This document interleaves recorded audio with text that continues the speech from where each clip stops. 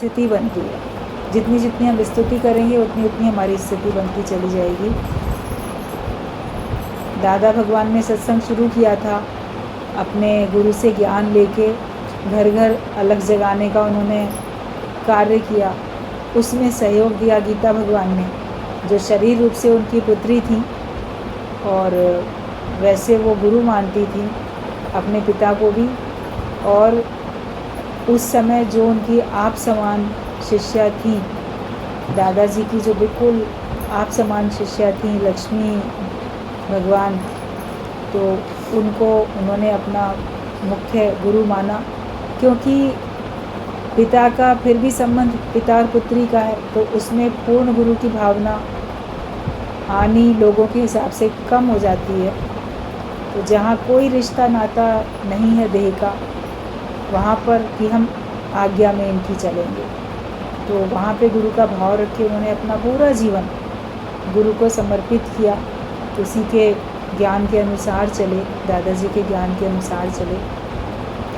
और लखनऊ में विवाह करके जब वो आए यहाँ पर, तो यहाँ भी पहले ही दिन से ज्ञान की ही चर्चा सबके साथ, ज्ञान के हिसाब से ही जीवन बनाया और संकल्प वही रखा। तो जैसा संकल्प रखते हैं वैसा भगवान रास्ता बना देते हैं। हर एक मनुष्य अपने लिए जैसा भी संकल्प करेगा उसके लिए भगवान वैसे ही रास्ता बना देंगे। हम अगर भक्त होने का, ज्ञानवान होने का, मुक्त होने का संकल्प करते हैं तो परमात्मा उसमें भी मदद करता है। तो उन्होंने फिर कैसे करके धीरे धीरे अपने आस पड़ोस में सबको भजन सिखाने के बहाने, हारमोनियम सिखाने के बहाने लोगों को बुलाया और भजन गा के उसका अर्थ सुना के सत्संग शुरू किया। और उनके अपने ससुराल में, अपने घर में उनकी एक संबंधी, तो वो भी बड़ी ज्ञानी थी, सत्संग किसी और गुरु का सुनती थी और उसके साथ में वो डेली अपना कोई सत्संग करती भी थी। तो वो कहीं फिर जा रही थी, उन्होंने कहा कि पीछे से तुम यहाँ बैठना और तुम यहाँ सत्संग, जितने दिन हम बाहर जा रहे हैं, कुछ महीनों के लिए वो जा रही थी, तो उतनी देर तुम भी सत्संगी हो तो तुम यहाँ पे सत्संग करना। तो एक भगवान ने देखो अवसर दे दिया, जहाँ चाहा वहाँ रहा, अवसर मिला। तो अब जो इन्होंने वही ग्रंथ पढ़ा जो वो पढ़ती थी, लेकिन अपने सत्संग के हिसाब से जब उसके अर्थ बताए तो सब लोगों को तो और आनंद आया, सच बात समझ में आई। लौट के जब वो आई तो उनको भी बहुत अच्छा लगा कि आगे से एक बढ़ के ज्ञान का कार्य हो रहा है। और गीता भगवान को खोज करते करते लोग जैसे अपने आप पहुंच जाते थे। लखनऊ में माल एवेन्यू में जिस जगह पे गुरुजी ने अपना निवास रखा था, विमला भगवान ने, तो जो उनका मेन इस समय पे घर था है बल्कि, तो वहाँ पे पहले कोई और सत्संगी प्रेमी रहती थी। तो उसको किसी और ने, उसकी किसी रिश्तेदार ने बताया कि लखनऊ में ऐसे गीता भगवान शादी करके आए हैं और वो ज्ञानी हैं और तुम उनके पास जाओ सत्संग सुनने के लिए। तो उसको न केवल नाम मालूम था, अता पता भी नहीं मालूम था लखनऊ में कहाँ है, किस जगह पे है। तो उसके पति ने कहा, जो लखनऊ में रहती थी, उसने कहा कि चलो हम खोज कर लेंगे। अब इतने बड़े लखनऊ में किसी ब्रह्मज्ञानी की खोज करना कितना कठिन काम है। तो उनका विश्वास था, उन्होंने कहा कि सूर्य छिप नहीं सकता, अगर सूर्य प्रकट होता है तो प्रकट ही हो जाता है, वो छिप नहीं सकता है। तो कहीं ब्रह्मज्ञानी होंगे तो छिप नहीं सकेंगे। ऐसे अपनी जानकारी के लोगों से पूछते थे, भाई कोई ऐसे यहाँ पर आए हैं जो सत्संग सुनाती हैं इस तरीके से। तो थ्रू एंड थ्रू बातचीत करते करते उनको सचमुच में पता मिल गया।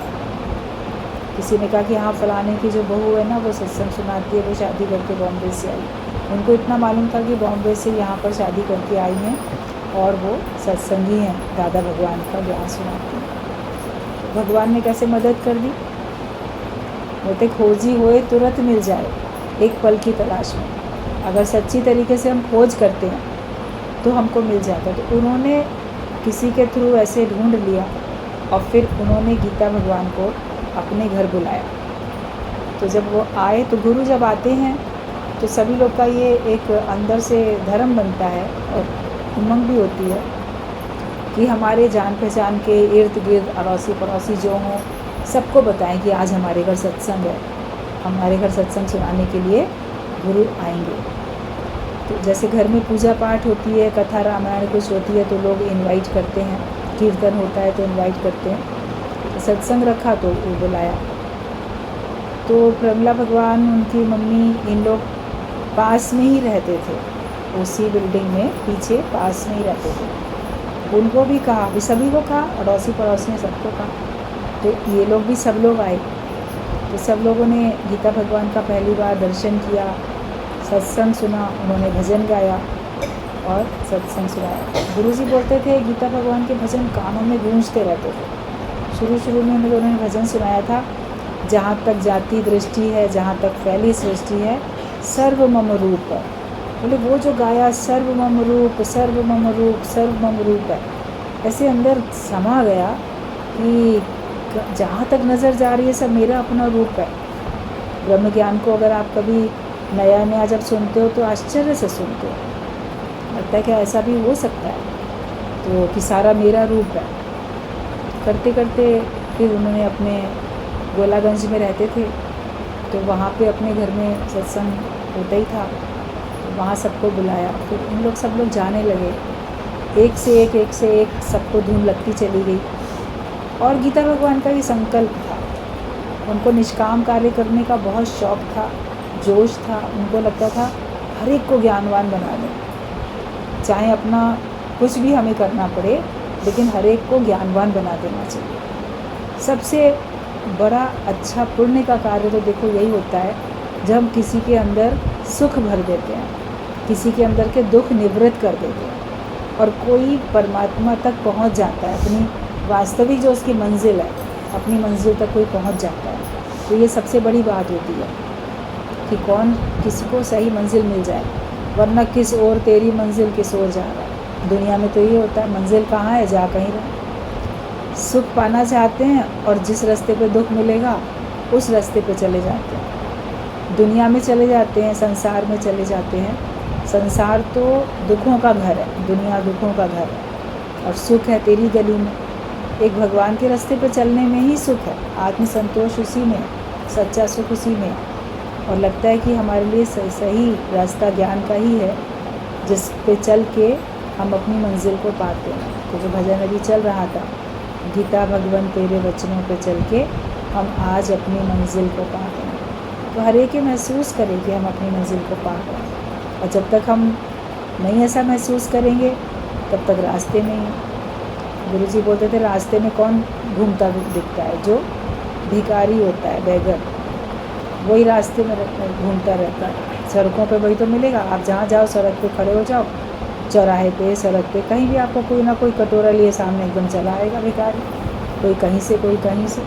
किसी भी सड़क पे निकल जाओ, आप देखो रास्ते में भिखारी घूमते रहते हैं, और चूँकि उनको देते रहते हो तो उनका धंधा चलता रहता है। दया जहाँ अधिक करने वाले लोग होते हैं तो ठगी करने वाले भूखे नहीं मरते हैं, उनको मिलता रहता है। तो वो तो खैर एक अलग टॉपिक पड़ जाता है, लेकिन बोलते थे जैसे इंग्लिश में बोलते हैं बेगर, तो बेगर मतलब कि भिखारी।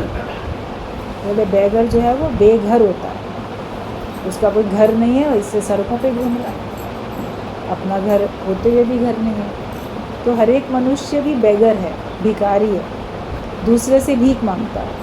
मुझे प्यार दे दो, मुझे मान सम्मान दे दो, मुझे इज्जत दे दो, मुझे धन दे दो, दूसरे से ही मांगना चाहता है और मांगता रहता है। तो वो भी तो भिखारी हुआ, नहीं तो भगवान से ही मांगता रहेगा, प्रार्थना करता रहेगा। तो मांगने वाला तो भिखारी हुआ, तो वो अपने मंजिल पे नहीं पहुंच पाता, अपने घर में नहीं पहुंच पाता। वो बेघर हुआ, इस संसार में भटकता रहता है, बेघर होके जन्म मरण के चक्कर में 84 लाख योनियों में भटकता ही रहता है।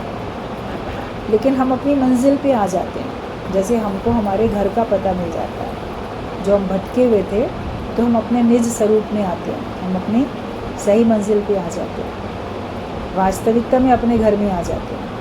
कभी बात आती है कि तू अपने घर में ज़रूर आ जा, खुद ही के बदले खुदा को पा जा। अपने सच्चे आत्मा के घर में आ जाओ, जगत के घर में क्यों रहना। हम अपने सही घर में रहें। ये शरीर छूटने के बाद हम कहाँ जाएंगे, तो उसका भी तो पता होना चाहिए। और फिर वहाँ मेरा अपना कोई निजी मकान बन गया कि नहीं बन गया, महल मेरा तैयार हुआ कि नहीं हुआ, वरना वहाँ जाएंगे, वहाँ से फिर धकेल के भेज दिए जाएंगे, यहाँ तो तुम्हारी कोई बुकिंग नहीं है, यहाँ तो तुम्हारा कोई अभी घर नहीं है। ज्ञान से हम अपने लिए अपनी मंजिल तलाश करके अपने लिए एक ठिकाना बना लें कि वो हमारे लिए एक स्थान है जहाँ हम जा सकते हैं। उस निज लोक में, उस अमर लोक में, उस जगह हम पहुँच जाते हैं। तो हम इस लोक में भी सुखी रहते हैं, परलोक में भी सुखी रहते हैं। फिर हमारा अपना घर है तो वहाँ से कोई निकालेगा नहीं। किराए के घर से तो लोग कहते रहेंगे ना, खाली करो अब, खाली करो अब, जाओ। थोड़े थोड़े समय के लिए कोई जाएगा, सदा के लिए तो कोई नहीं रहेगा। आपके अपने घर से आपको कोई नहीं निकालेगा। कोई बोलेगा 2 साल हो गए, जाओ निकलो यहाँ से। आपका अपना निजी घर है, आपको कोई नहीं बोलेगा। लेकिन जहाँ किराए के होंगे वहाँ पे लोग कहेंगे। तो सारा शरीर भी किराए का ही मकान है, एक एक योनियाँ सब किराए का ही समझो। लेकिन जो आत्मा का घर है वही हमारा सच्चा घर है। तो वहाँ हमको गुरु पहुँचा देता है।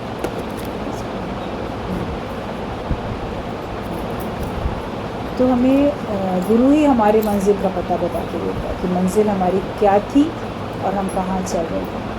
तो गीता भगवान ने बहुत शौक़ रखा और हर एक को उतना उत्साहित बनाया। संत करे आप समान, जो जैसा स्वयं होता है वो दूसरे को वैसा बनाता है, और ये ईश्वर की कृपा होती है। और जो अपने पे कृपा करते हैं तो वो फिर आप समान बन भी जाते हैं। भगवान ने तो कृपा करके दे दिया, सत्संग भी, ज्ञान भी, गुरु भी। गुरु ने भी कृपा करके अपना लिया, अपनी कृपा करनी सिखा भी देते हैं। लेकिन जो ऐसे कहना मान लेता है तो वो फिर अपनी मंजिल को पा लेता है, वो आप समान बन जाता है। उन्होंने सबको आप समान बनाया, हर एक आत्मा के निश्चय में बना। माया के दुख सुख हर एक के जीवन में आते हैं, उतार चढ़ाव हर एक के जीवन में आते हैं। लेकिन ये समझो कि ये जीवन हमारा बस एक ही जन्म है, और पिछले जन्म में हम क्या थे किसी को भी याद नहीं। पिछले जन्म में हम किन परिस्थितियों में शरीर छोड़ के आए किसी को भी याद नहीं। कौन हमारे संबंधी आज दिन तक आंसू बहाते हैं किसी को भी याद नहीं, बल्कि वो याद करना भी नहीं चाहता है। आप लोग क्या कभी बैठ के अपने पिछले जन्म के बारे में खोजबीन करना चाहते हो कि मैं पिछले जन्म में क्या था, ज़रा पता लगा लूँ कौन था मैं?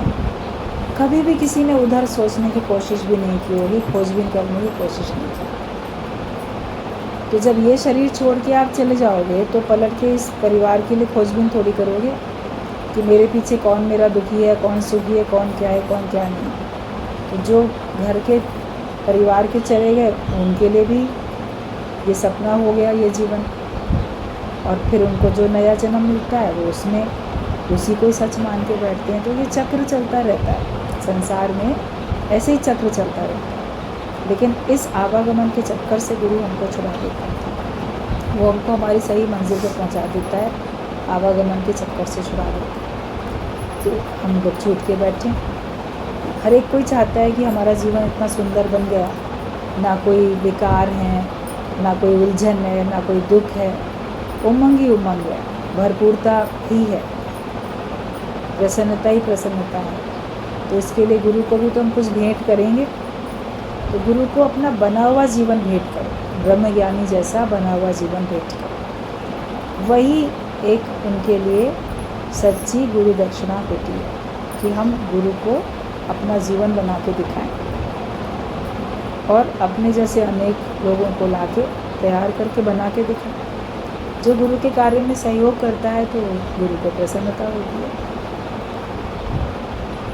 प्रमिला भगवान ने, गुरु जी ने गीता भगवान के इस विचार को अपना के एक जोश के साथ कार्य किया, और उनके ज्ञान को कितना फैलाया, कितना कहाँ कहाँ तक पहुँचे। और जब तक गुरु शरीर रूप में उनके सामने थे, तब तक वो पूरी तरह से डिवोटेड उनकी सेवा में भी रहे, उनके सामने भी कार्य किया। और शरीर रूप में ना रहने पे बोले अब हमारे अंदर वही है, पहले बाहर थे अब हमारे अंदर वही है, तो वही कार्य करते हैं। हकीकत भी यही है, कार्य तो भगवान ही करते हैं। भगवान कृष्ण ने भगवत गीता में बोला है कि ये ज्ञान मैंने सूर्य को दिया, इक्ष्वाकु को दिया, इसको दिया, उसको दिया। किस किस के नाम सब भगवत गीता में हमने बोले हैं। तो अर्जुन हैरान हो रहा है सुन के, बोलता है आपका जन्म तो अभी आधुनिक के अभी का है, और सूर्य और ये सब तो बहुत पुरातन पुराने हैं, तो आपने ये कैसे ज्ञान दिया? तो उन्होंने कहा कि तेरे मेरे तो अनेक जन्म हो चुके हैं, लेकिन तू नहीं जानता, मैं जानता हूँ। तो मैंने ही ये ज्ञान दिया, मतलब हर रूप में भगवान ने ही तो ये ज्ञान दिया। प्रभु जी बसे सादगी रचना, संतों के मुख में भगवान का ही निवास होता है, वो ही बोलते हैं। एक शरीर से कार्य हो जाता है, फिर दूसरे शरीर से वही कार्य करते हैं, फिर तीसरे शरीर से वही कार्य करते हैं। एक समय में अनेक रूप में वही कार्य करते हैं, अनेक रूप में। तभी तो का सर्वमम रूप है, सारा मेरा अपना रूप है। तो वो जोश उससे गीता भगवान का कार्य उन्होंने इतना किया, बनाया अपने आप को, इतना जीवन पूरा सौंप दिया। तो वैसे ही समझो, गुरु का भी ये कहना होता था, दादा भगवान का, गीता भगवान का, कि अगर सिंधी की कोटेशन बोलते थे, जिसका हिंदी में मीनिंग रहता था कि अगर गुरु का शरीर छूटे और शिष्य बैठ के आंसू बहाए, तो समझो उसका ज्ञान ज़ीरो है, उसका ज्ञान बना ही नहीं है, उसने ज्ञान लिया ही नहीं है। मतलब कि तुम अपने आत्मिक निश्चय में रहो। ये नहीं कि अब हम क्या करें, अब तो जिस शरीर से, जिस गुरु से ज्ञान सुनते थे, वो शरीर रूप में रहा ही नहीं, अब हम कहाँ जाएं, अब हम कहाँ भटक जाएं, क्या करें, कैसे खुश हों।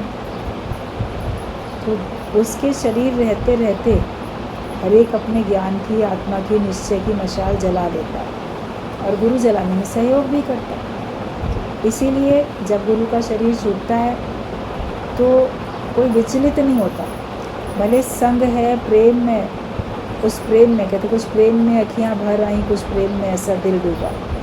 वो एक श्रद्धा के, जैसे भजन चल रहा था, सिवा तुझे क्या भेंट दूँ, सिवा आंसुओं के और क्या भेंट चढ़ाऊँ। तो वो श्रद्धा के आंसू होते हैं, प्रेम के आंसू होते हैं। एक वियोग के और व्याकुलता के आंसू नहीं होते हैं, खालीपन के, अभाव के आंसू नहीं होते। संसार में आपके कोई चले जाएंगे तो उनके जाने पे आपको जो दुख होगा, जो आंसू बहेंगे, तो उनकी कमी को महसूस करके वो आंसू बहेंगे। लेकिन जब गुरु के लिए आप उसको याद करोगे, उसमें अगर आपकी आँख से मान लो आंसू आते हैं, तो वो श्रद्धा में आएंगे, प्रेम में आएंगे, शुक्राने में आएंगे। शुक्र है आपने हमारा जीवन इतना अच्छा बनाया, क्योंकि कोई भी कहीं जाता तो है नहीं, सांसारिक व्यक्ति भी कहीं नहीं जाते हैं, और जो अवतारी पुरुष हैं, संत हैं, वो भी कहीं नहीं जाते हैं। अपने ही सत्संग में ये बात बोली गई, देयर इज़ नो डेथ, मृत्यु बनी ही नहीं। ना ज्ञानवान की मृत्यु होती है, ना अज्ञानी की मृत्यु होती है। जो अज्ञानी व्यक्ति है, जिन्होंने कभी ज्ञान नहीं सुना, माया में रहे, बहुत कर्म बनाए अच्छे बुरे, शरीर उनका छूटा, लोग कहेंगे इसकी मृत्यु हो गई। मगर मृत्यु कहाँ हुई? वो शरीर छूटा, उसको दूसरा शरीर मिल गया, तो मृत्यु तो उसकी भी नहीं हुई। वो है इसी संसार में, इसी ब्रह्मांड में कहीं ना कहीं, केवल जहाँ पहले रहता था वो एड्रेस बदल गई, जो शरीर पहले था वो शरीर बदल गया, चोला बदला, ड्रेस बदल गई। आपने कल दूसरी ड्रेस पहनी थी, आज दूसरी पहन ली, तो पहनने वाले तो तुम वही हो, पहनने वाला थोड़ी बदल जाता है, एड्रेस बदल गया। तो डेथ है ही नहीं, सिर्फ change of dress and change of address है। तो इसमें क्या दुखी होना? तो अज्ञानी की भी मृत्यु नहीं होती और ज्ञानी की भी मृत्यु नहीं होती है, क्योंकि वो शरीर छूटता है तो वो परमात्मा से मिलकर एक हो जाता है। तो भगवान तो सदा है, हर जगह मौजूद है, हाजरा हजूर है, तो इसलिए उसकी भी मृत्यु नहीं होती है। और संसार में कोई भी अज्ञानी भी अगर जाता है तो उसको आप याद करते हो, उस आपके हृदय में उसका वास है, तो उसकी मृत्यु कहाँ होगी? हमने तो अपने ख्यालों में अपने यादों में उसको जीवित रखा ही है, तो मृत्यु तो होती ही नहीं है। गुरु का भी शरीर छूटता है तो ये नहीं होता है कि इसकी मृत्यु हो गई या ये अब नष्ट हो गया, चला गया। वो अपनी लीलाओं के, अपने आदर्श के, अपने ज्ञान के रूप में सबके दिल दिमाग में छाया रहता है और फिर हर एक को उतना ऊंचा उठाता भी रहता है। गुरु के ज्ञान से आज दिन तक सब लोग राह पाते हैं, दुख से छुटकारा पाते हैं, अपने मंजिल पे पहुंच जाते हैं। तो ये दिन जो होता है, ये नहीं है कि कोई ऐसे दुख मनाने का दिन होता है कि पुण्यतिथि है, बरसी है, 1 साल हो गए, 2 साल हो गए, 10 साल हो गए, 20 साल, 50 साल, लेकिन कितने भी साल गुजर जाते हैं शरीर को अंतर्ध्यान हुए, फिर भी जो भी भक्त होते हैं उनको लगता है जैसे हमारे साथ हमेशा है, क्योंकि उन्हीं का ज्ञान चलता रहता है, उन्हीं की चर्चा चलती रहती है। तो गुरु का शरीर छूटता है तो उसके तड़प के वियोग में, व्याकुलता में कमी महसूस करते हुए कोई आंसू नहीं बहाता। और अगर किसी को इतनी खालीपन लगता है तो इसका मतलब उसने अभी ज्ञान पक्का नहीं किया था। तो ज्ञान तो पहले से ही पक्का करके बैठना है हर एक को। संसार में जो भी आया है वो जाएगा, शरीर किसी के भी सगा रहने वाले नहीं हैं, शरीर तो हर एक के जाने वाले हैं।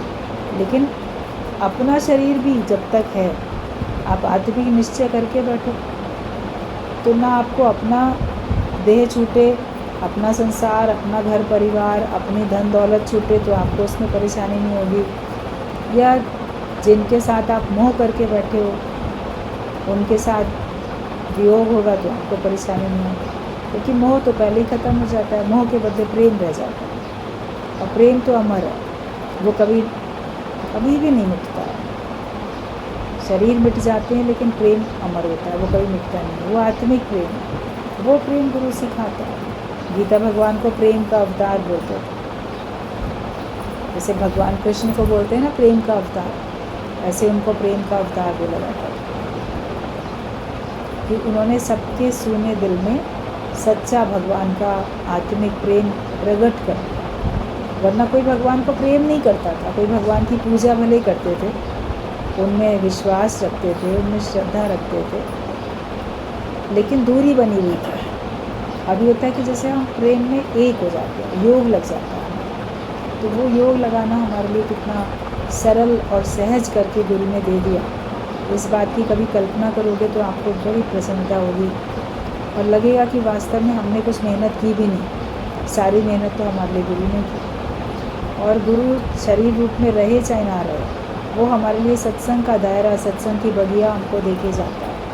हर एक अंदर से आत्मिक निश्चय करके बैठता है, हर एक अपने अंदर की मशाल जला के बैठता है। तो सबको अपनी अपनी निश्चय की, आत्मा की गद्दी सबको प्राप्त है।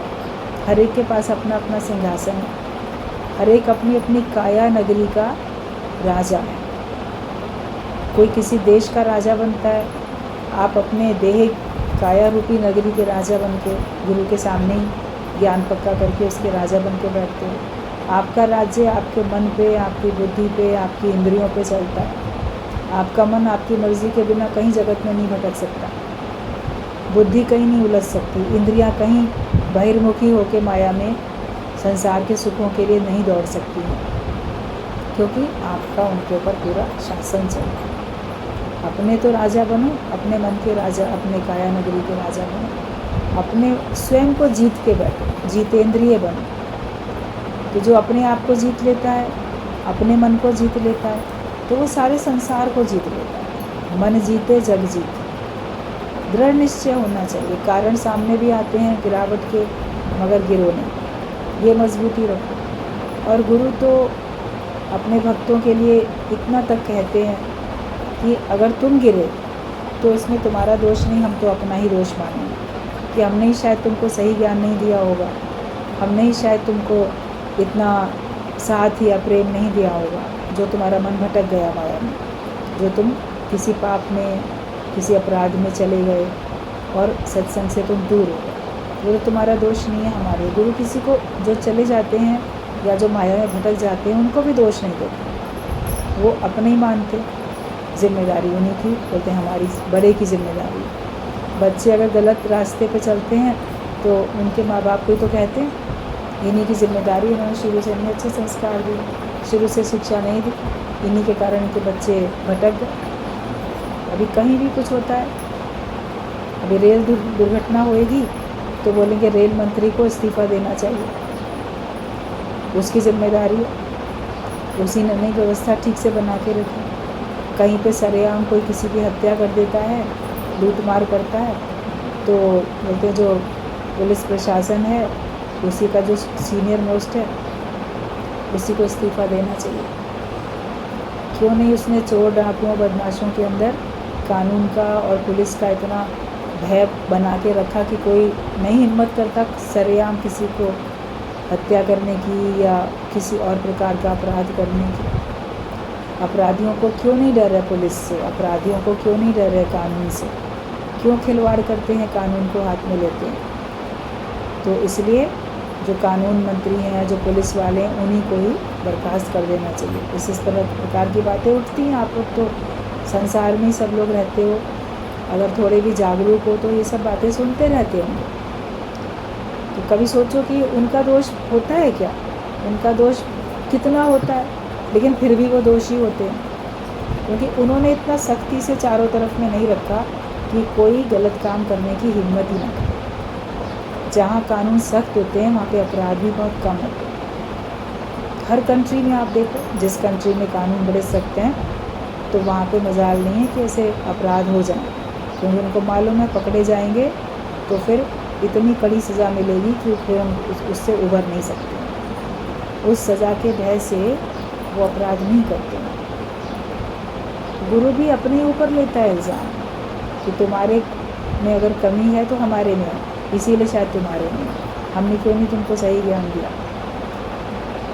तो अब आप ये सोच के देखो, आप गलती पे गलती करते जाओ, आत्मा का निश्चय ना करो, मनमानी करो, तो क्या उसका इल्ज़ाम गुरु को मिलना उचित होगा? क्या चाहते हो कि गलतियाँ तुम करो और दोषी गुरु कहलाए? अगर ऐसा चाहते हो तो गलतियों पे गलती करते रहो, लेकिन अगर ज़रा भी हमारा गुरु से प्रेम है, ज़रा भी अपने ऊपर आपने कृपा की है, तो ऐसा नहीं चाहोगे कि नहीं हम ही अपने को बना लें, हमारे कारण से किसी और का नाम बदनाम क्यों हो, मेरे कारण से मेरे माता पिता का नाम क्यों खराब हो, मेरे कारण से मेरे गुरु का नाम क्यों खराब हो, मेरे कारण से मेरे देश का नाम क्यों खराब हो। तो हम अपने को तो सुधार लें, अपने को तो बना लें। एक बनेगा तो सब बन जाएंगे, एक इकाई बनेगी तो सारा संसार सब बन जाएगा। हम वो एक हैं। हम सोचते हैं दूसरा बन जाएगा, पहले दूसरा बने, लेकिन पहले हम बने, पहले हम आप सुधरें, फिर औरों का सुधार करें। तो गीता भगवान ने तो हर एक को सही ज्ञान दिया और बहुत प्रेम दिया, प्रेम में, लेकिन दृढ़ता के साथ, निश्चय के साथ। माया में ज़रा भी ढील या सुस्ती उनको बिल्कुल पसंद नहीं होती। वो तो व्यस्त रखो अपने आप को काम में, ज्ञान के कार्य में व्यस्त रखो। सारा दिन सुस्त और आलसी बन के क्यों सोए रहते हैं। बोलते थे जब पूरा टाइम खाट पे पड़ा रहेगा, चारपाई पे, पहले ज़माने में बांस की लकड़ी की वो चारपाइयाँ होती थी बांस से बुनी हुई, तो उनमें लोग सो जाते थे। दिन में ऐसे लेट गए, रात में उसी में चादर दरी कुछ गद्दा बिछा के सो गए। तो बोलते तुम सारा दिन चारपाई पे पड़े रहोगे सुस्त और आलसी बन के, तो तुम तो वहाँ पे अपने पसीने से खटमलों को ही जन्म दोगे। तो तुम लोग किसी के दिल में भक्ति जगा के तुम भक्त तैयार नहीं करोगे, तुम खटमल तैयार करोगे। तुम्हारे से खटमल बनेंगे और ये मक्खी मच्छर पसीने से तुम्हारे खटमल वगैरह बनेंगे, लेकिन तुम्हारे से ज्ञानी नहीं बनेंगे। तो तुम क्या इतने निकृष्ट हो कि तुम किसी को ज्ञानी नहीं बना सकते, किसी को भक्त नहीं बना सकते, बल्कि सुस्त और आलसी सारा दिन चारपाई पे पड़े रहते हैं। क्यों अपने इतनी सुख बुद्धि में रहते हैं। ऐसे ऐसे शब्द बोल के वो हर एक को जोश दिलाते हैं, और वही जोश हमें अंत तक कायम भी रखेंगे। दुनिया के धंधे कभी कम ना होंगे, कभी कम होने वाले नहीं हैं। आज ये काम, आज वो काम, परसों ये काम, अपने सुख से सब बंधे हुए, लेकिन शरीर ही नहीं रहे, या तुम्हारा नहीं रहेगा या गुरु का नहीं रहेगा। जो आत्मा का निश्चय आज करके नहीं बैठेगा, उसको गुरु का शरीर जाने पे बहुत तकलीफ़ होगी। वो सारा जीवन दुखी ही होके बिताएगा, या फिर किसी और की शरण में जाके फिर नए सिरे से सेवा, भक्ति, पूजा करके, अपने के ऊपर कृपा करके तब वो ज्ञान लेगा। जिसका जिससे भी लेन देन बदा होगा, वो तो एक अलग बात पड़ जाती है। लेकिन हम अभी ही क्यों नहीं अपने आप को इतना तैयार कर लेते, अभी क्यों नहीं अपने आप को मुक्त कर लेते? वरना पता नहीं हमको किस किस के आगे सर झुकाना पड़ेगा, किस किस की हमको गुलामी करनी पड़ेगी। गुरु सारी गुलामी से हमको छुड़ाता है, और फिर हम अपने मन की गुलामी करते हैं, इच्छाओं के कारण गुलामी करते हैं, सारी माया की, माया वालों की।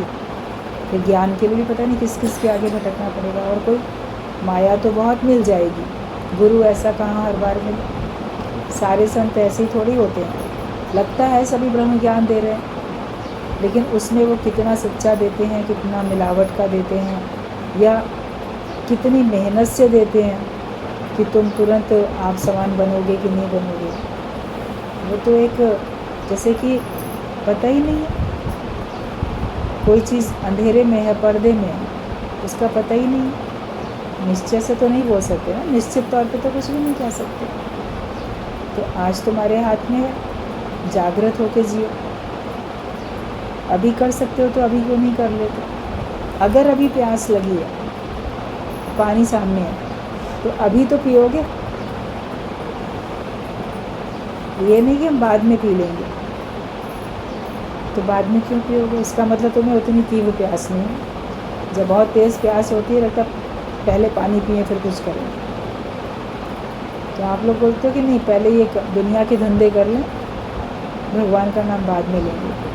तो ईश्वर के नाम की प्यास नहीं है ना। एक बड़ा अच्छा एग्जाम्पल दिया जाता था कि ट्रेन में जा रहे थे कुछ लोग, सभी लोग, ट्रेन पूरी भर के चलती है, जाते हैं सब लोग यात्री। तो उसमें कोई संत भी बैठे हुए थे, वो भी जा रहे थे। तो टाइम हुआ खाना खाने का, तो सब लोग अपना अपना खाना निकाल के खा भी रहे थे। किसी के पास पानी नहीं होता है, तो पानी बेचने वाले भी वहाँ से अंदर अंदर आवाज़ लगाते हैं, ट्रेन चलती रहती है, आवाज़ लगाते रहते हैं, पानी की बॉटल्स खरीद लेते हैं लोग।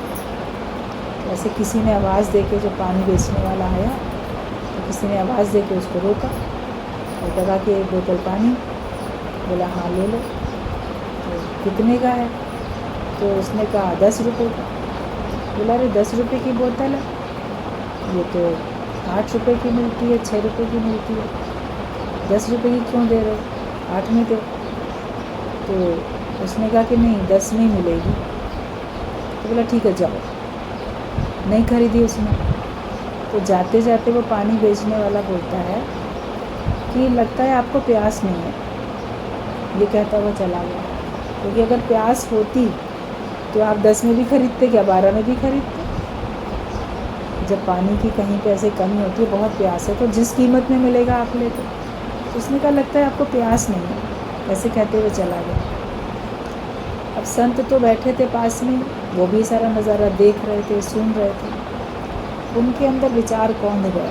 सच बात, अगर हम आज भगवान का नाम नहीं ले रहे हैं, या उसका भगवान का नाम लेने में कोई हमको कीमत चुकानी पड़ती है, कहीं कुछ हमें सामना करना पड़ता है, तो हम कीमत नहीं चुका पाते हैं। अरे घर वाले नाराज़ होंगे, अभी रहने देते हैं, या अभी तो ये काम पड़े हैं, अभी रहने देते हैं।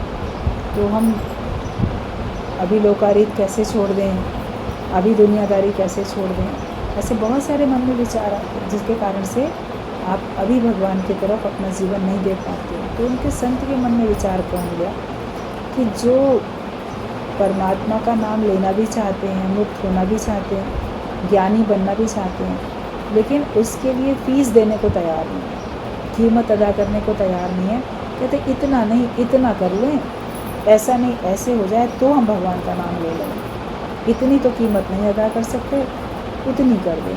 तो इसका मतलब उनको भी भगवान के नाम की प्यास नहीं। और जिसको सचमुच में लगेगा कि इसी जन्म में मुझे भगवान को पाना है, तो वो तो मोह माया ममता सब एक किनारे करके, लोकारीत सब एक किनारे करके बोलेगा जो होगा देखा जाएगा। मैं पहले तो भगवान का नाम ले लूँ, मैं पहले तो अपना आत्मिक निश्चय कर लूँ। ये सब तो संबंधी, घर, परिवार ये अगले जन्म में भी मिल जाएंगे, लेकिन मनुष्य जन्म और ऐसा ज्ञान और ऐसी सही समझ अभी नहीं तो कभी नहीं।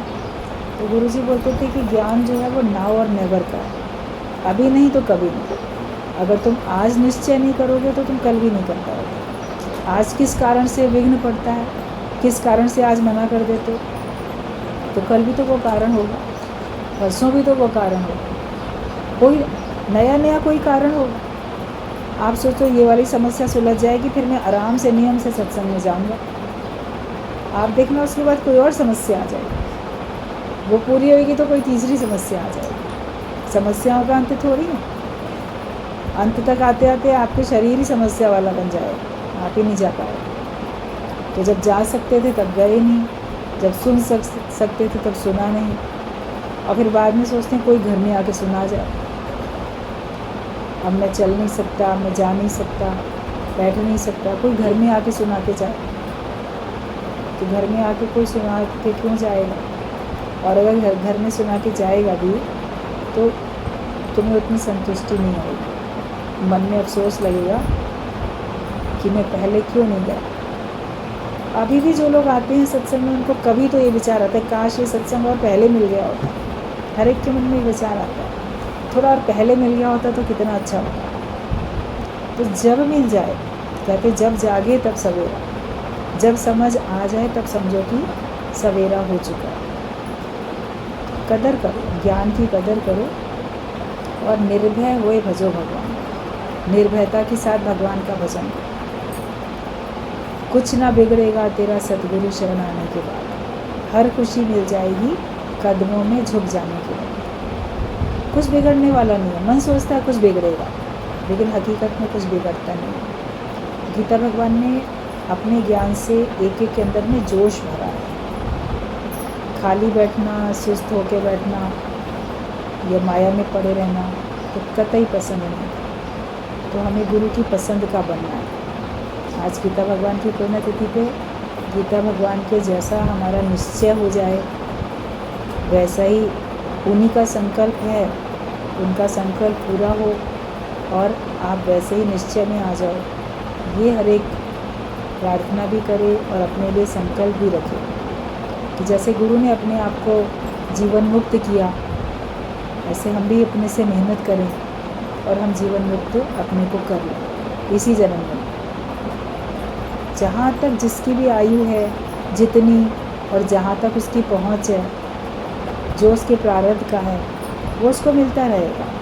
लेकिन वो कहीं भी रहेगा, दुख में रहे, सुख में रहे, यहाँ रहे, वहाँ रहे, लेकिन वो अपने आत्मा के निश्चय में रहेगा। तो जहाँ जहाँ भी तुम्हारा शरीर जाएगा, लेकिन तुम्हारा आत्मिक निश्चय तुम्हारे साथ होना चाहिए। अगर कोई कमी है तो अपनी कमी को दूर करते जाओ और तुरंत दूर करो। बोलते थे एक झटके से अपनी कमी को दूर करो, धीरे धीरे करेंगे तो धीरे धीरे रह जाएगा, वो होगा नहीं पूरा कभी। जो तुरंत निश्चय कर लेता है उसका हो जाता है। एग्जाम्पल देते थे कि जो लोग नॉनवेज खाते हैं, तो हिंदू लोग भी खाते हैं, मुसलमान भी खाते हैं। तो हिंदू लोग जो खाते हैं नॉनवेज वो झटके वाला खाते हैं, और मुसलमान जो है वो हलाल वाला खाते हैं। वो मीट तो मीट है। तो जो मोमडन्स खाते हैं वो उसको, बकरे को गर्दन पे छुरी धीरे धीरे धीरे धीरे ऐसे काटते हैं, और जो हिंदू होते हैं वो एक झटके से गर्दन काट देते हैं। ये अंतर, बस काटने का, गर्दन काटने का ही अंतर है, बाकी तो कोई अंतर थोड़ी है। लेकिन ये है कि वो झटके वाला खाएंगे तो वो ऐसा वाला खाएंगे, ये भेद बना लेते हैं। तो गुरु का कहना होता था कि तुम भी एक झटके से अपने अज्ञान का खात्मा करो। तुम हिंदू हो ना, तो तुम एक झटके से अपने जीव भाव को ख़त्म कर दो। मैं अपने अज्ञान को, अपने जीव भाव को धीरे धीरे धीरे धीरे ख़त्म करूँ, तो उसमें आपको तकलीफ़ भी तो अधिक होगी। अभी किसी के गर्दन पर छुरी धीरे धीरे ऐसे रेत जाओ धीमे धीमे, तो उतना देर तड़पेगा भी तो, कष्ट भी तो उसको होगा। तो तुम जितना डिले करोगे, डिले इज़ डेंजरस, जितना आत्मा का निश्चय करने में देर करोगे उतना ही तुमको तकलीफ़ भी होगी। तो अपने को तकलीफ़ से अगर बचाना चाहते हो तो अभी का अभी आत्मिक निश्चय करके बैठो, देह अध्यास का अपना खात्मा करके बैठो। जो मैं हमारी बोली निकलती रहती है ना, तो इस मैं को एक झटके से काट दो। इस बकरे को एक झटके से, इसकी मैं बोलने वाले बकरे को एक झटके से काट। जो जीव भाव है वही तो बोलता रहता है, जीव ही तो बोलता है, मैं करता है, वही तो बकरा है। तो उसको धीरे धीरे क्यों ख़त्म करते हो, उसको जल्दी ख़त्म करो, तभी तो तुमको आनंद आएगा। और काम करने की सोचते हो, जल्दी काम ख़त्म करेंगे फिर आराम करेंगे, तो ये भी काम उतार के बैठो।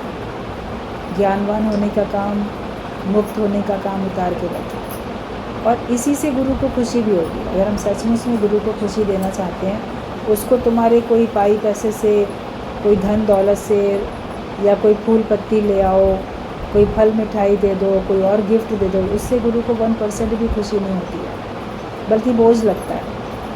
लेकिन कोई अपना अज्ञान निवृत्त करता है, अपना अज्ञान भेंट करके ज्ञान गुरु से लेके जाता है, अपना ज्ञान वाला जीवन कोई बनाता है, आत्मिक निश्चय में रहता है, ऐसे भक्त से गुरु प्रसन्न रहता है। अपने आप को ऐसा बनाओ जिससे भगवान तुमसे खुश हो, जिससे गुरु तुमसे खुश हो। किसी प्रकार की कोई धन दौलत माया की कोई चीज़ देने की ज़रूरत नहीं है, लेकिन अपना निश्चय वाला, आत्मा के निश्चय वाला जीवन बनाओ, वो दिखाओ, अगर सच में उसकी प्रसन्नता चाहते हो। और मामलों में होता है ना कि तुम्हारी पसंद की चीज़ तुम्हें दे दी जाए, किसी भी मौके पर तुम्हारी पसंद का गहना खरीद लें, तुम्हारी पसंद का कपड़ा खरीद लें, तुम्हारी पसंद की चीज़ दे दें। यहाँ तक कि शादी ब्याह भी होते हैं तो अक्सर लोग जो ससुराल वाले होते हैं वो होने वाली दुल्हन के लिए बोलेंगे कि यही पसंद कर ले आके कपड़े और गहने, इसी की पसंद के। या जो लड़की वाले होंगे बोलेंगे वही लोग पसंद कर लें अपने लिए लेने के लिए कपड़े, उन्हीं की पसंद के लें। तो दूसरे की पसंद का ख्याल रखते। तो हमें तो गुरु की पसंद का ख्याल रखना चाहिए। गुरु को क्या पसंद आएगा वो ही दें उसको, जो उसको पसंद नहीं आएगा वो क्यों देते।